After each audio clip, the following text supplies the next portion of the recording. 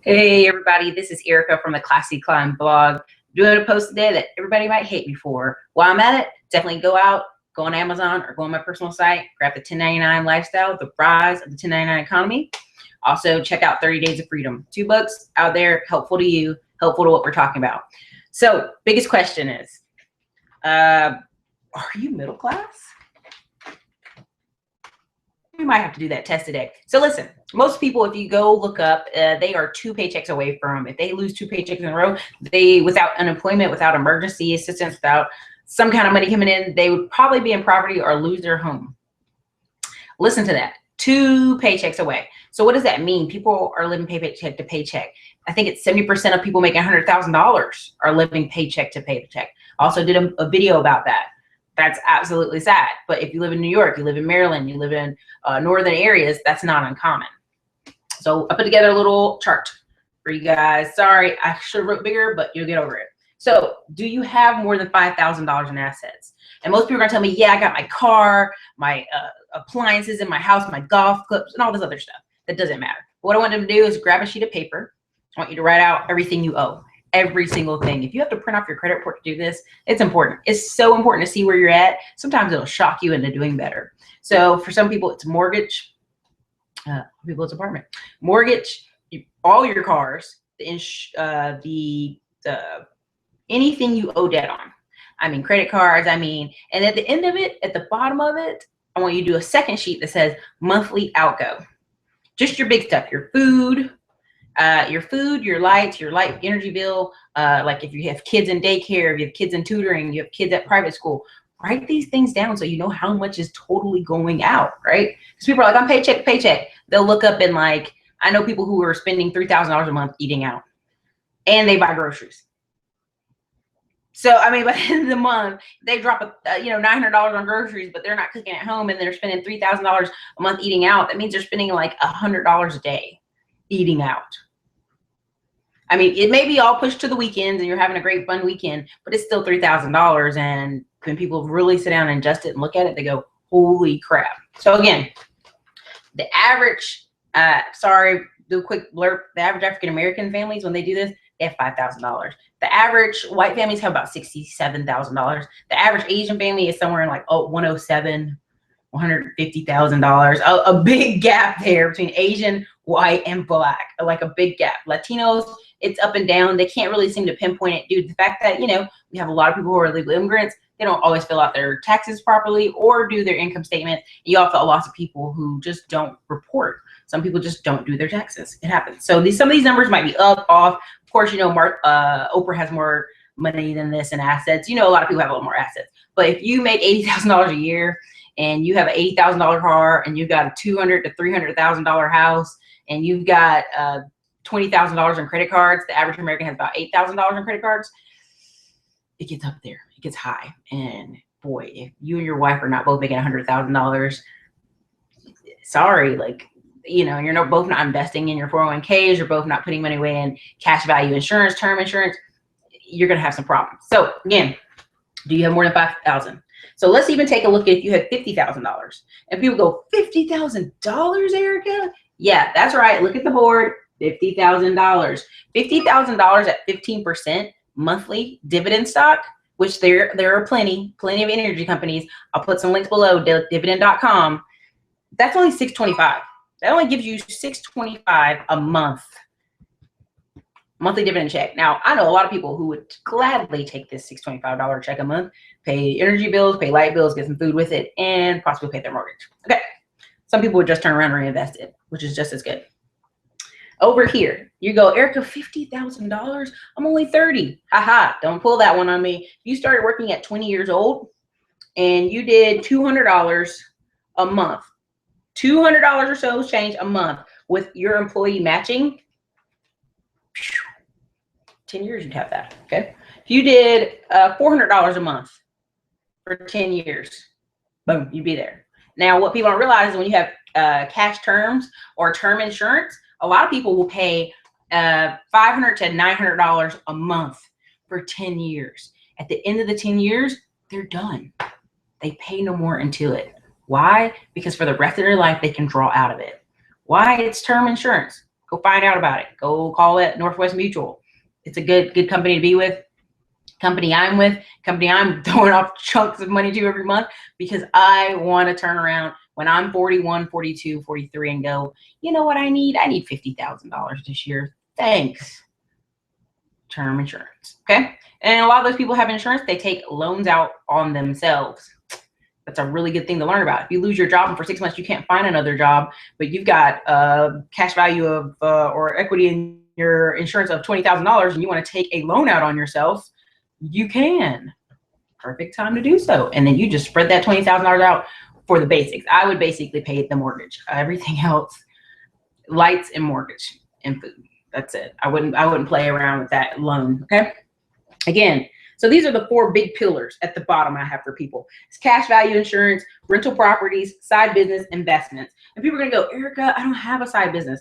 Listen, I bet if you lost your job today and you knew you couldn't get another one for a year, you go around your house right now and do an inventory.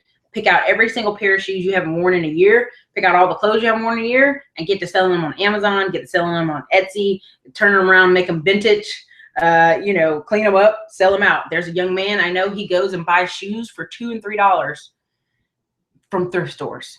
Old man, grandpa leather shoes.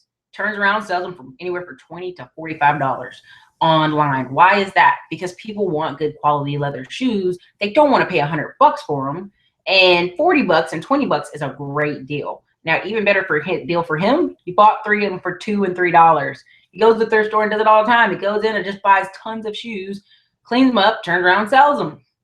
People always need shoes. People always love vintage. People love quality made shoes. If you find a pair of shoes that someone dropped off out of their grandpa house, because listen, unfortunately, we have a lot of baby boomers. People die. And a lot of times people don't know what to do with their stuff.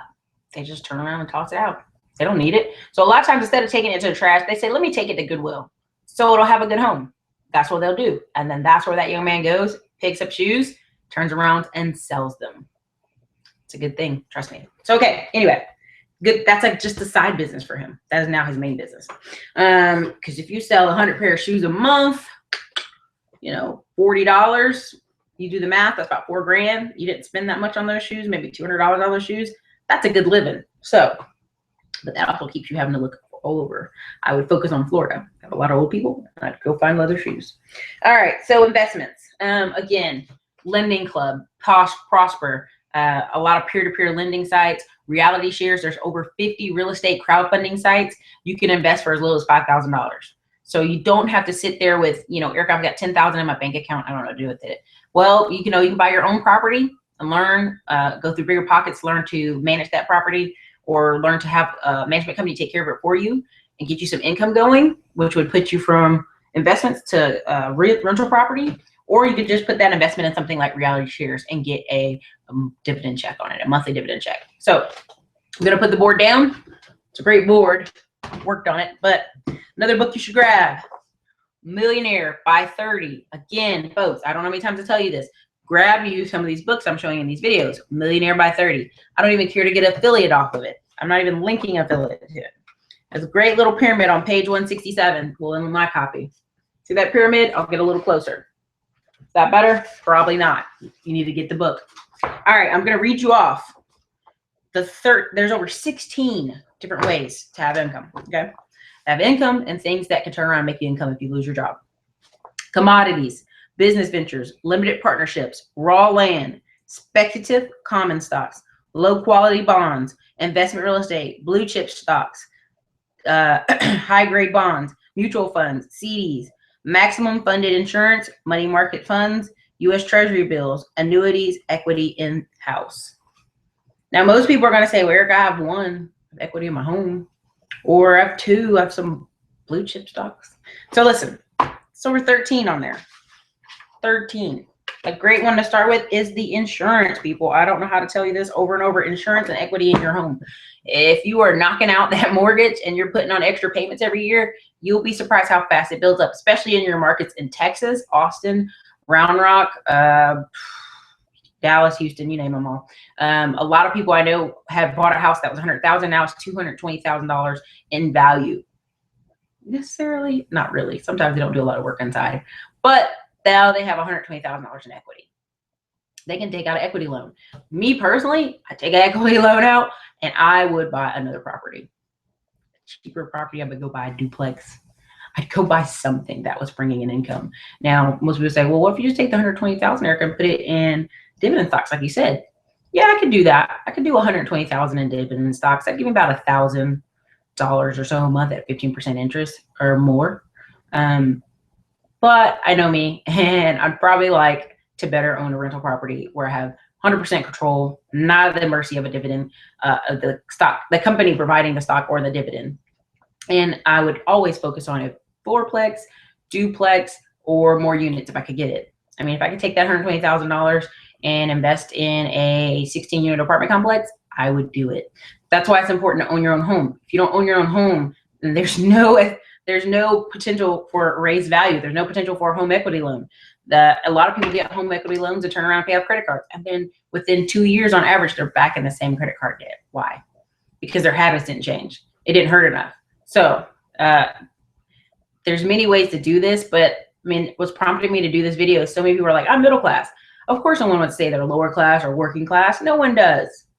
We even include people making $30,000 as middle class in our government averages, which is funny because really you're not middle class unless you own things.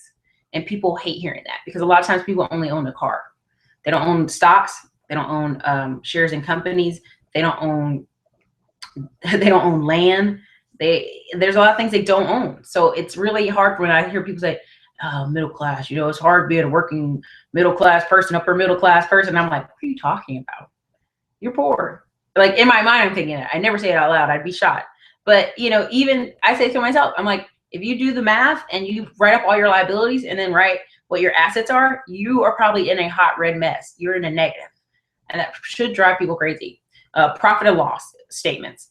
It's what companies use. It's what you should use. You should know what a profit and loss statement is. It's a really great way to assess where you are. And don't be angry, just assess where you are. Okay, so again, we talked about the Millionaire by 30 book. It's really possible. It's super easy. I love the context. I know people in Dallas who bought homes, newish homes around 120,000 starter homes, and rented out the other 2 rooms to people just out of college like they were. It was better than living with their parents, and they had the ability to say they were independent, even if they had roommates. And the other person pretty much lived rent-free, mortgage-free pretty much, with their roommates. So it's that kind of investing in smart choices and being able to go, boom, I have a home, I'm renting out 2 other rooms, I'm working. And some people, if you pick up a second job or pick up Uber, Lyft, Instacart, all these different things that are 1099, you can write it off in the business format. Lots of great write-offs. So I hope this gives some people hope, gives them an idea of where they're at. I'm not trying to hurt people's feelings. I know I'm going to get ugly comments in this video, and I don't even care. Assess where you're at. If you are 2 paychecks away from being homeless, you're not middle class and you're really having a rough time. It says the average family can last 6 months if they're well invested in insurance, equity in their home, paid off cars. They can last 6 months with no income coming in. Can you do that? You know, you can start today though. You can completely change it by starting today. And when I mean starting today, I mean, do you have a side business like our neighbor? My mom's neighbor, I'm visiting out of state right now. My mom's neighbor has a side kayak business, a side Christmas tree business, and a side Airbnb and fruit trees on one of his rental properties. Literally, the guy was a cop, plain cop, making $40,000 some dollars, $45,000 I think a year, barely. And you know what he did? He loved kayaks with his son, so he wanted to buy them cheaper. So he started buying them from China. You had to buy 10 at a time for, I think it's $50 a piece at the time. So for a small $500 investment, which would be the cost of probably buying one really fancy kayak, he now had a kayak business, and he kept doing that over and over and over again. And it actually provided income for his son and a project for his son to deliver them, sell them, all that good stuff. Then at that point, he went and bought some land out in the mountains. It had Christmas trees on it. But the guy never had it as a farm. The Christmas trees grew on it. He never did anything about it. Just had them out there. Sometimes cut a few for himself and his family. So once he bought that property, he legally turned it over into a farm. He literally filled out paperwork, got some documentation. It's a farm now. Went, cut the trees, 40 of them a year, and then it's about 6 acre land. I think it's 6 acres. Might be more, but start just cutting the trees, selling them at Christmas time, and replanting. Why? Because now he has a Christmas tree farm. Okay. And then the third was a home he bought near the coast. The home he bought near the coast had a really cool cabin feel on it. The person built this little custom cabin, and he was going to do Airbnb because he thought, hey, this will draw people. Then on the backside, he planted blueberries, other fruit trees, pecan trees, a good collection of different things. And so he's actually utilized the 5 acres that's on, because North Carolina is pretty spacious of land here, to just turn that legally into a farm as well. So, I mean, he is on his way to $70,000 to $100,000 a year, and he just retired 3 years as a cop. No, 2 years ago. 2 years ago. And I love the guy. He's very funny. Half the time, he's not even near my mom. My mom is like, I'll watch your house. Just to tell him that all the time. Why? Because half the time he's at his other properties enjoying life, living life. And these were things that if you told someone that he just had a Christmas tree farm that was only like a seasonal business, part-time income of maybe $20,000 to $30,000 a year, and the Airbnb and the fruit trees, maybe $20,000 a year. And then you tell them about the kayak business, it brings them maybe $20,000, $30,000 a year. People would turn their head and be like, why would I waste my time doing that side project? Why? Because you want income to be free. You want income to be free. He has $60,000 to $80,000 coming in a year now off those side businesses that people overlooked. He's doing better than the average American. The average American makes $50,000 a year. He's making around 50. He's making around 60 to 90, honestly. And then you're not even talking about his pension he gets from the being a police officer after he did his 20 years. That's a great way to launch off in your 50s. That's a great way. 30 years of being a cop. So listen, you decide.